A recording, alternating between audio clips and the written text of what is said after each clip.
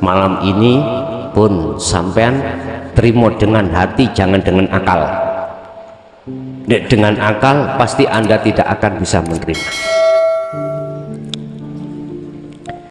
Di dalam ruh, di dalam hati ada nur. Jasad, ya di dalam jasad itu ada roh. Jasad ini zikirnya la ilaha illallah. Ruh atau hati zikirnya hu Allah, diucap hu Allah.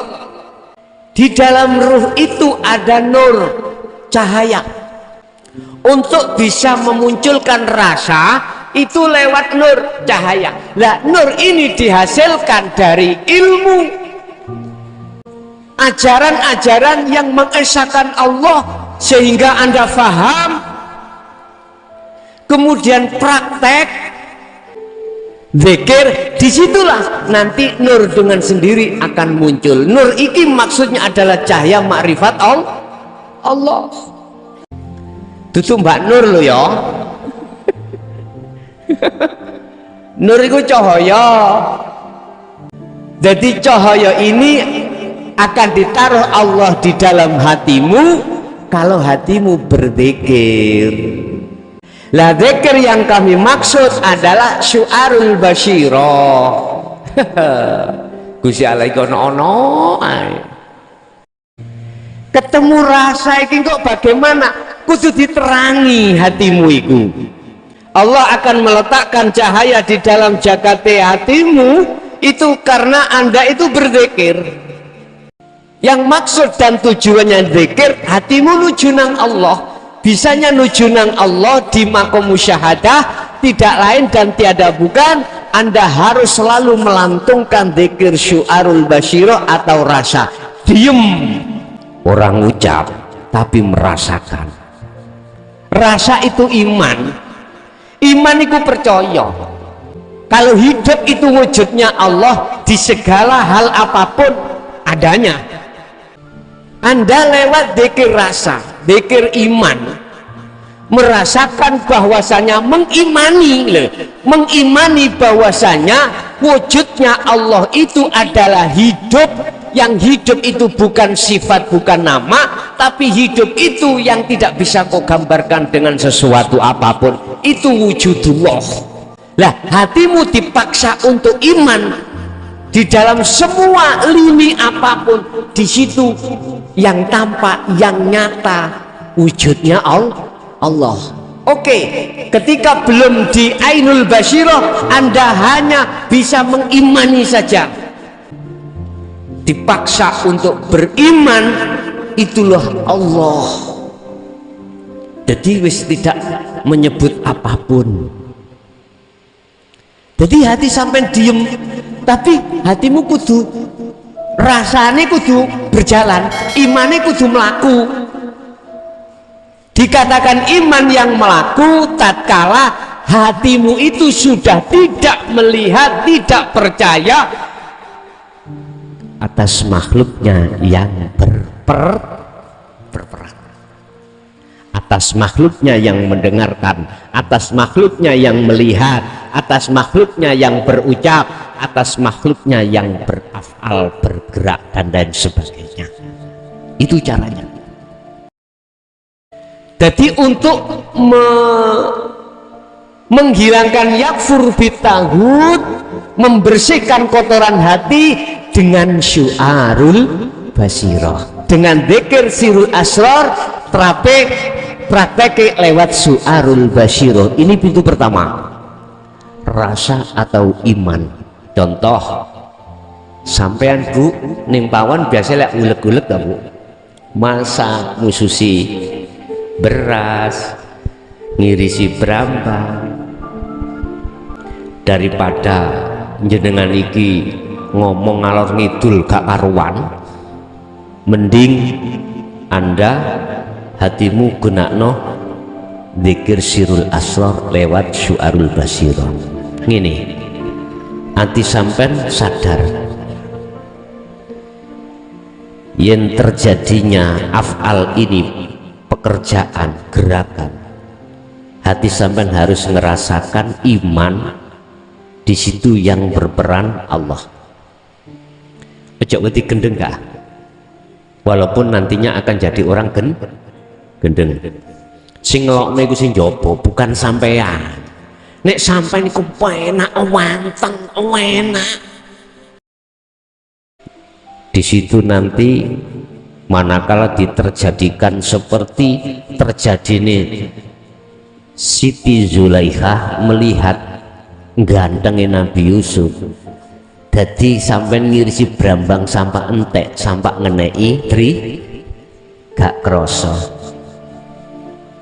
wis manuto ae. Apa kok yang ngono Gus, ngirisi tomat akhirnya kekiris sampai tangane yo apa jari sing duweni settingan. Artinya ngene asline ayat iku, Siti Zulaikha iku kan difitnah nyenengi Nabi yo, memangnya yo perdebatan ono bukti klambi geger Nabi Yusuf suwek, gak suwek ngarep tapi suwek mburi, tetanda Nabi Yusuf melayu kandoli. Siti Zulaikha ngono wayu pau nggih, cara saiki ngono mungkin ya kaya Desi Ratnasari BE kelap-kelip ngono, mripate blolak-blolok ngono sak terbang mripate. Iku sak temene ngene lho Bu, kan para pelayan wedok-wedok wae kuwi jenenge apa? Pelayan-pelayan itu dicekeli apel sama lading satu-satu, Nabi Yusuf dikongkon liwat. Artinya gini, Anda kalau hati sudah menikmati bertemu Allah dengan istiqomah dzikir sirul asrar, wallahi billahi hatimu akan tidak mencintai siapapun kecuali Allah, dikarenakan hatimu terbuai dengan nikmatnya bertemu Allah. Gus, engko ana ngono gak gendeng Gus. Wis, sampai nek wis mikir ana kuno wedi koyo ngono, gak usah pikir-pikiran, gak naik-naikan. Perkara apa yang di tengah terjadi perjalanan wis ra usah dipetung, tidak usah dipikir, ngerti ya perjalananmu itu settingane Gusti Allah. Wis kari mengikuti settingnya kakean.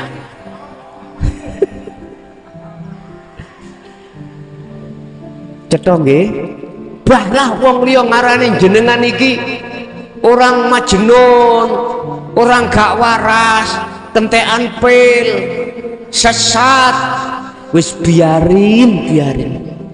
Kurang ya apa Rasulullah itu dilokno seperti itu, beliau masih tetap berjalan membimbing umat, tetap berjalan hati menuju satu kebenaran dinul haq itu. Ingat, Allah memberikan pilihan terhadap jenengan.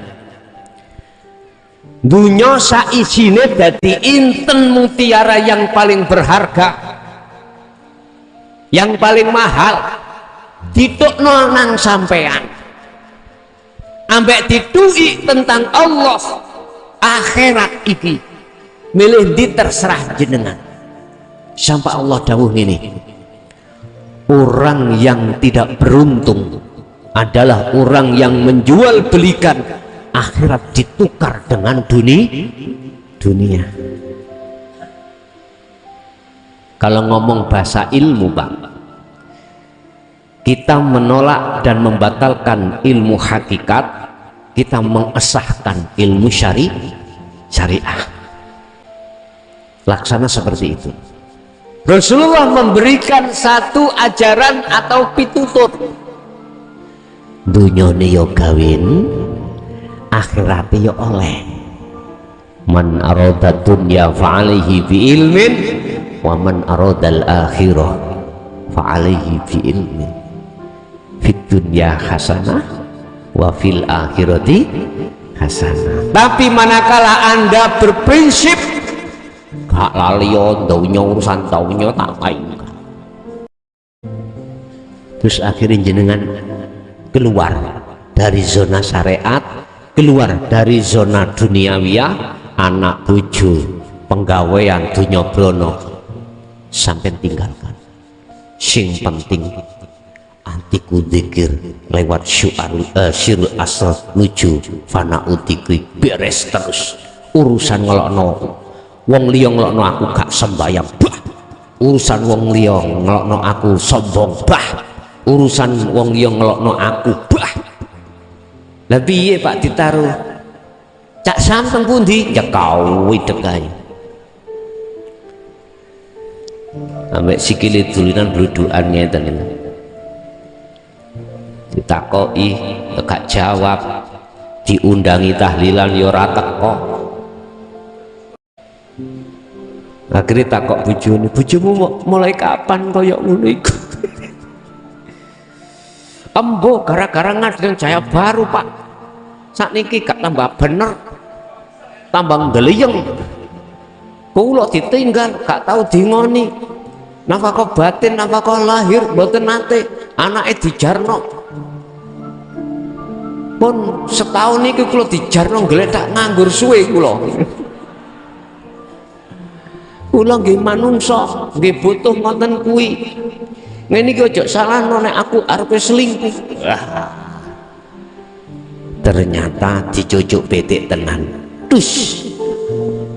Wer. Dikandani. Cak Sam dalem. Bojo penomor pira? 31. Sik wayu ya. Nggih.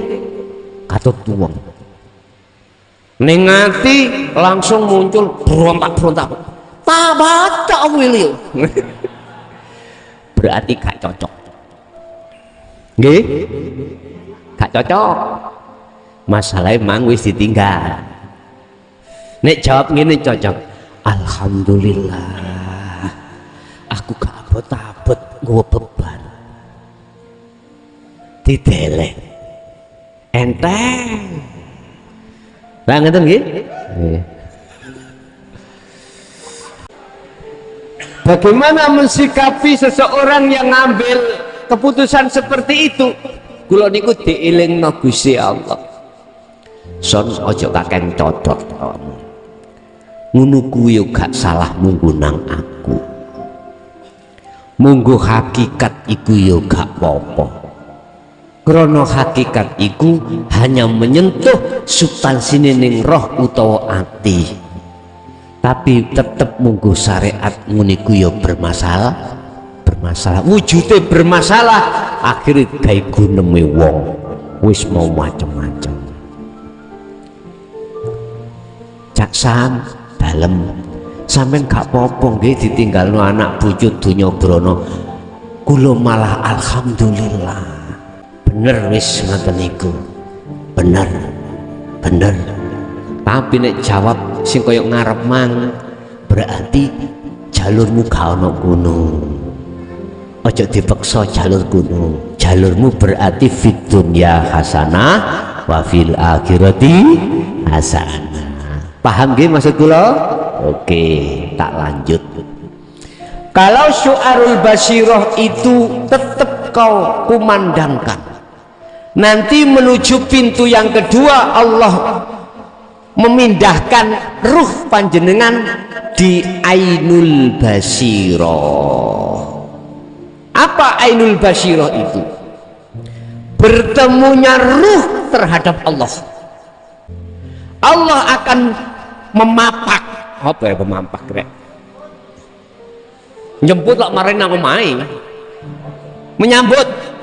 Menyambut di pintu musyahadah. Sayaquluna alladziina qalu udkhuluha bisalamin aminin. Malaikat kongen rene, wong kae malaikat kon rene.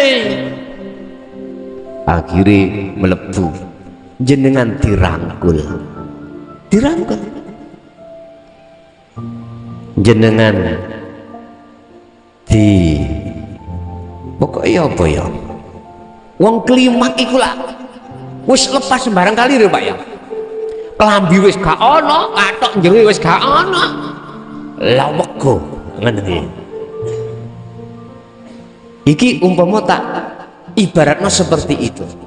Bojo lanang suami istri bila mana kumpul kok sik pakai jin pakai anu wis gak cocok, harus lepas semuanya. Pingin ditutupi ya ono njero sarung wong loro utawa spray ditutupi spray. Artinya gini, Allah akan memapak apa menyambutmu, marhaban ya kekasihku, ya khalili, marhaban ya wali, marhaban ya habibi, selamat datang di kekasihku. Karena sampai wis pelepas selain Allah. Makanya kemarin saya ceritakan ada calon kekasih Allah bisanya sholat sodaka bener ketika ada di gunung lepas mudo blejet, iku isyarah maksudnya hatimu sudah lepas dari pengakuan apapun atas kemakhlukannya, baru itulah disebut ainul basirah. Ain itu adalah melihat satu paket dengan ketemu. Munculnya syu'arul basirah mudun maneh itu sebab ada dua unsur, siji keterangan, loro yang membawa keterangan yang disebut sebagai rasul. Keterangan iki mentaukiti bahwasanya wujudnya Allah itu hidup itu. Akhirnya muncul hati sampai iman rasa tadi yang kami sebut sebagai syu'arul basirah. Udah, setelah itu jalankan syu'arul basirah ini. Caranya bagaimana sampai menjalankan syu'arul basirah? Itulah zikir yang tidak berucap, zikir yang sudah tidak berlafaz. Hatimu sadar dan menyadari lewat iman dan merasakan bahwasanya hidup itu wujudnya Allah yang berperan dari segi apapun. Diteruskan, laksana sampai tak kasih tahu. Iki misalnya tisu sampai gak ngerti, tak tutupi goblok. Iki tisu tak tutupi. Iki gambaran munculnya sirul asror nangati sampean. Ibu bapak, di dalam kopiah ini ada tisu Pak, warnanya putih, cirinya bla bla bla bla bla. Hati sampean yakin kalau di dalam kopiah itu ada tisu. Bapak ibu, wujudnya Allah itu hidup, yang huwal awwal wal akhiru wal zahiru wal batin, yang berperan dari segala apa yang di awal dan di akhir, di dalam dan di luar. Andai kata hatimu yakin itu Allah wujudnya, itu berarti Anda sudah mengenal sirul asrar.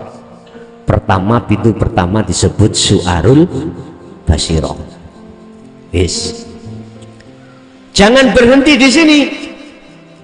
Anda harus menyatakan, mewujudkan wujudnya tisu. Anda harus bertemu terhadap tisu. Anda harus melihat terhadap tisu yang sudah saya kasih ciri-ciri tadi. Anda harus sampai pada ainul basirah niki Pak Bu, harus. Caranya bagaimana? Ya terus kumandangkan terus syu'arul basirah itu di hatimu. Baik ketika jasad ini melakukan sholat secara syariat ataupun aktivitas di luar sholat secara syar'i, aktivitas apapun Anda harus sampai ke ainul basiro. Caranya bagaimana? Ingat, syu'arul basiro fungsinya adalah untuk menghilangkan cinta atau iman dalam hati selain Allah. Syu'arul basiro, Anda juga begitu. Anda harus membuka koplo iki Pak Bu, buka koplo iki, hilangkan koplo iki. Ya koplo ini yang dimaksud at-taghut, bukan perkarane at-taghut itu bisa menutupi Allah, enggak loh ya, mau kalian pun salah paham. Bukan kopiah ini yang bisa menutupi wujudnya tisu, bukan.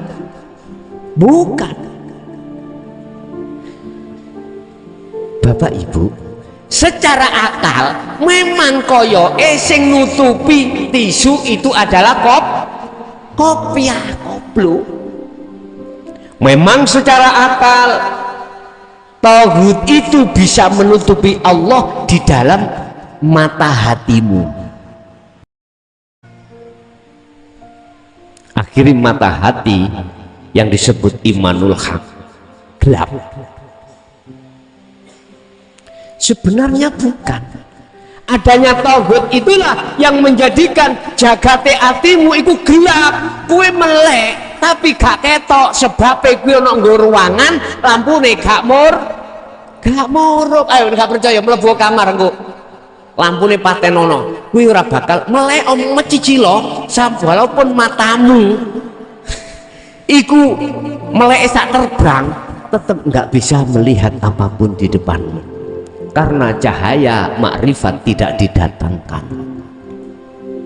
Ingat tadi saya katakan nur itu akan datang manakala di dalam hatimu itu berkumandang zikir. Allah akan menurunkan cahaya makrifat dalam hatimu manakala hatimu berzikir pada Allah. Kalau sudah terang, kue ora bakal maidu terhadap kondisi apapun.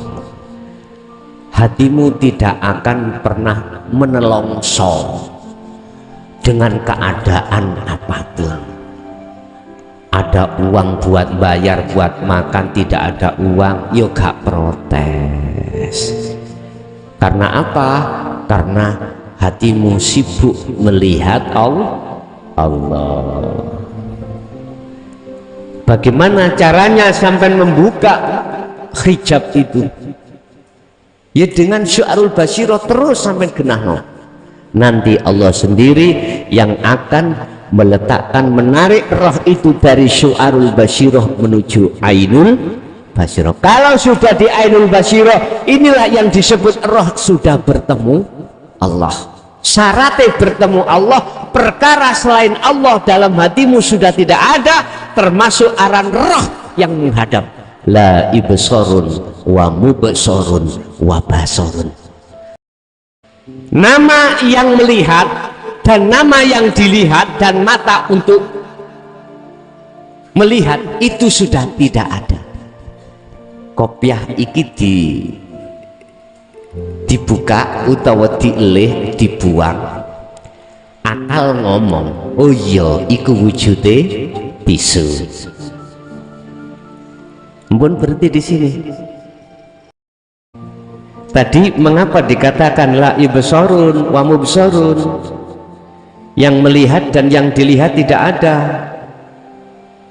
dan mata untuk melihat itu sudah tidak ada. Artinya sudah fana aran-aran itu, sehingga inilah yang kami sebut laisalahu kamislihi syai'un. Tandane apa?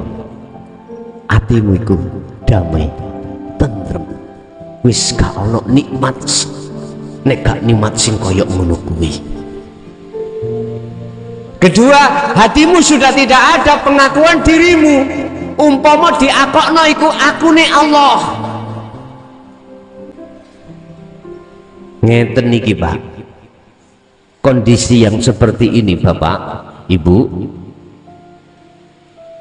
secara otomatis hatimu dilalaikan dengan kenikmatan dunia.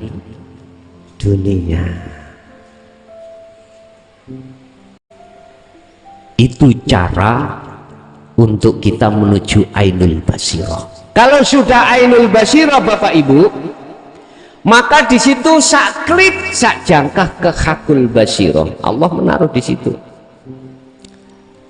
hakul basirah. Apa? Menyatakan, oh iya tisu, udah hatimu sudah hanya beriman pada tisu, laksana iki.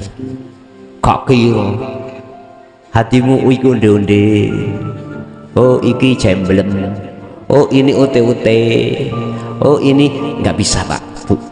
Artinya kalau hatimu sudah ditaruh Allah di hakul basirah, Anda itu sudah tidak melihat selain Allah. Imanmu pasti terhadap hanya pada hidup Allah itu tadi. Jadi umpama bojo sampai ngoceh-ngoceh, oh Gusti Allah nyeladu, garwa sampai jaler ngkei blonjo ukeh utawa titik, oh Gusti Allah belanjani semene. Wis kan ati sampean wis amarah niku wis ketemu. Amarah itu sudah jinak sekali. Itulah yang kami sebut tidak mudah hatimu dikuasai nafsu amarah. Nek hati sudah tidak dikuasai amarah, nafsu amarah, maka gak mudah keluar penyakit, khusus penyakit hati. Bila mana kau mengindap penyakit zahir, apakah itu kanker, apakah paru-paru, apakah ginjal, apakah apapun, tatkala hatimu sering bertemu Allah, maka itu loh terapi yang paling mujarab untuk penyakit jasad.